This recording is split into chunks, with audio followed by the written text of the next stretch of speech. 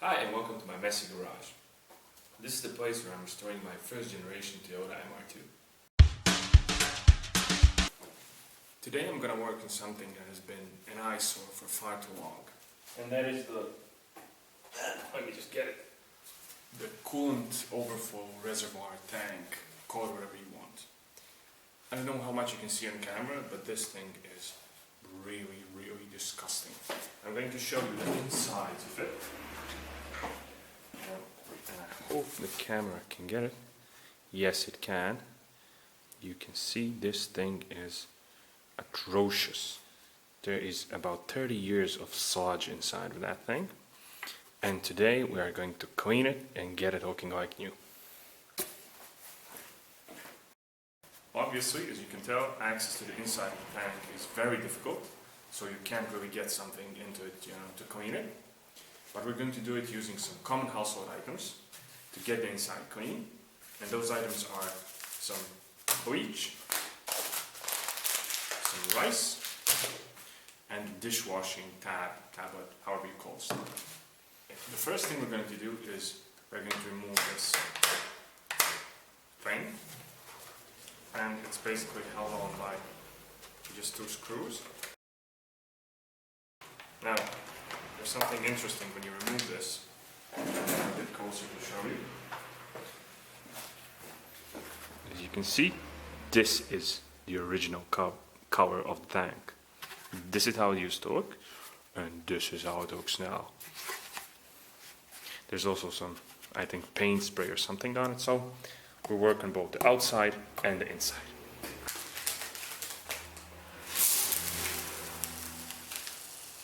There we go. That's some rice. Okay. I have 2 packets of bleach, so I'm going to empty the whole packet inside the tank. I'm going to put it here just so it's easier. There we go. Bleach and the dishwashing pad. All fit inside.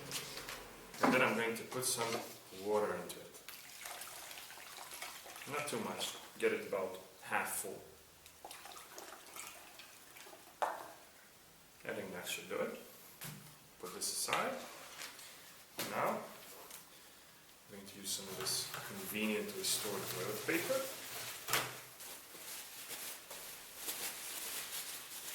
I'm going to plug up the hole. And I'm going to shake.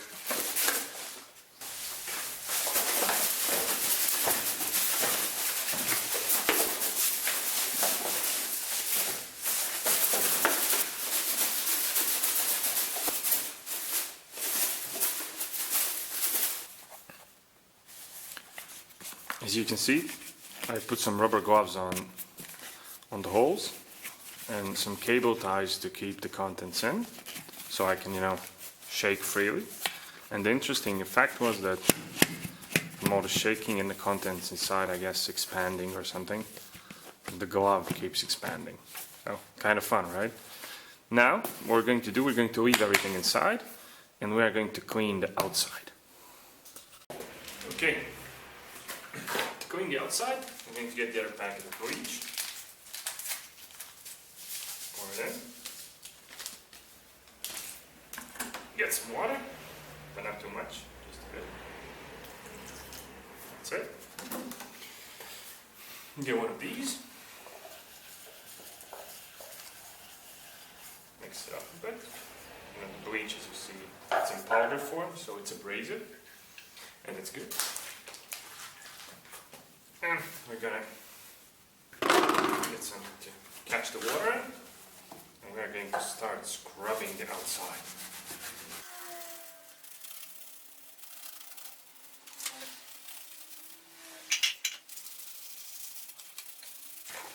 You should probably wear gloves when you're doing this.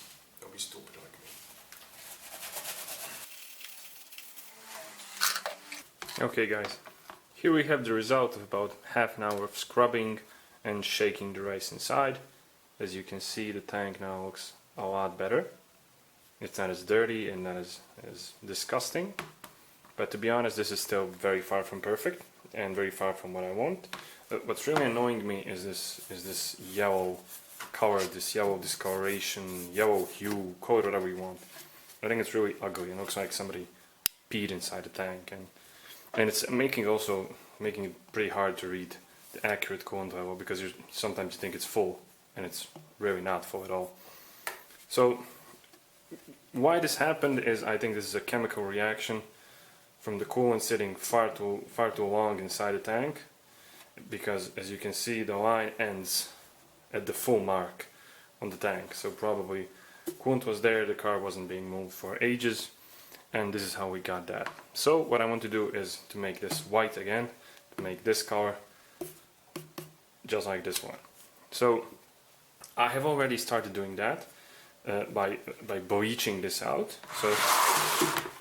So what I'm using is basically this. It's called bleaching powder. It's used for bleaching your hair, for making your hair several shades, I guess a lighter color, and hydrogen cream. This thing actually, this calls for hydrogen cream. This is 12% hydrogen cream. What it actually is another hair product, a hair care product, which basically contains hydrogen peroxide, and it's an agent that does the whitening of the hair. It's also used in other purposes, but in this case it's just for hair. So I'm going to mix this and this. It's basically both of these full bottles. All the contents go in and they're mixed. I put them inside the reservoir, I mix it up, and I let it do its thing. The important thing is that you have to put it out into the sunlight. As you can see, I already started doing this, and this part is a lot better, for example, than this one or the back, because I managed to put some of it inside here, and I left it out like this in the sunlight. So this is basically my second session. I'm gonna put some more in, leave it in the sunlight again, and repeat even one or two more times if I need to, until I get this thing completely white. So let's put all the nasty stuff inside. Now these are very, as I said, these are very bad chemicals, and you do not want them on your skin, on your clothes, on your furniture. They will whiten anything, and the effect is pretty much reversible. So I'm going to put on some gloves.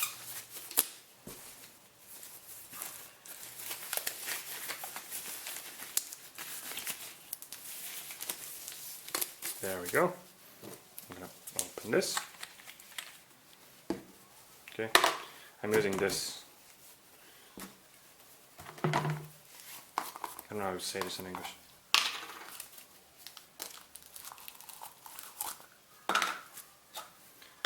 So, okay. Now work inside this reservoir thing to avoid any of the contents going out. So get in the tank. This is not the liquid, not hard. It's like cream, as the product name suggests. So I'm gonna put all of this inside.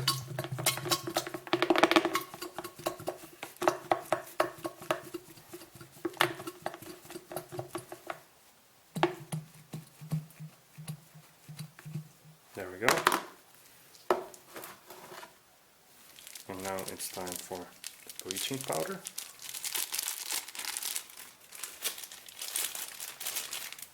Okay. Carefully tip the contents inside the reservoir.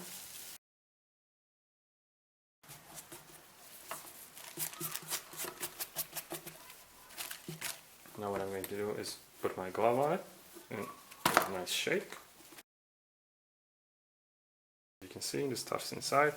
It basically turns into a liquid goop of some sort. It's purplish, and what you want to do is spread it around so the stuff ends up sitting on the part that you want to brighten, that you want to make white again.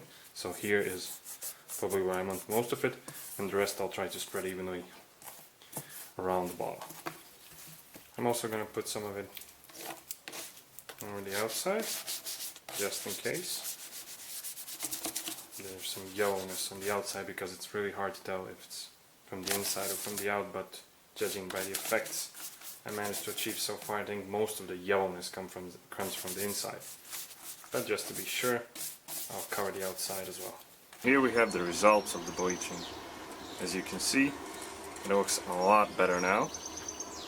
And just for comparison, here's the back side that I didn't bleach, and here's the front that I didn't manage to bleach slash whiten, call it whatever you want. You can actually now see the full level and the low level of the coolant, and it just looks a lot cleaner, nicer, and definitely a lot less disgusting. But there's one more final step I'm gonna do. That's completely optional, you don't have to do it, but I'm gonna do it just to give this a little bit of an edge and make it better. What I'm gonna do is I'm going to take a water resistant marker, a permanent marker, and I'm gonna just draw onto these full and low levels so it's even better once you pop the check. Okay, what I'm gonna do is I'm gonna get a water resistant permanent marker. I'm gonna draw on these full and low levels so the coolant level is actually even more easier to spot, and it simply looks nicer, newer, and better. Okay, here we have the final result. Now, this may not be a museum piece, but compared to the junk we started out with,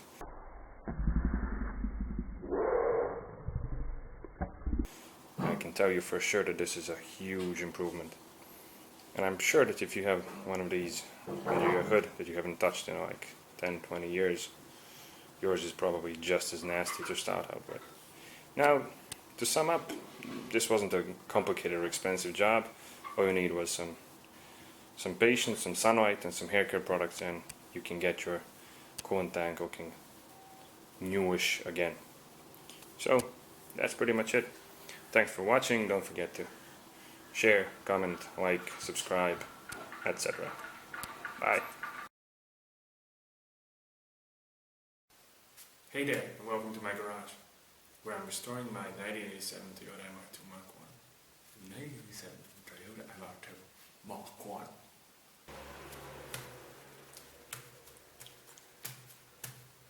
Hey there, and welcome to my messy garage, where I'm restoring my Toyota first generation Mark 1.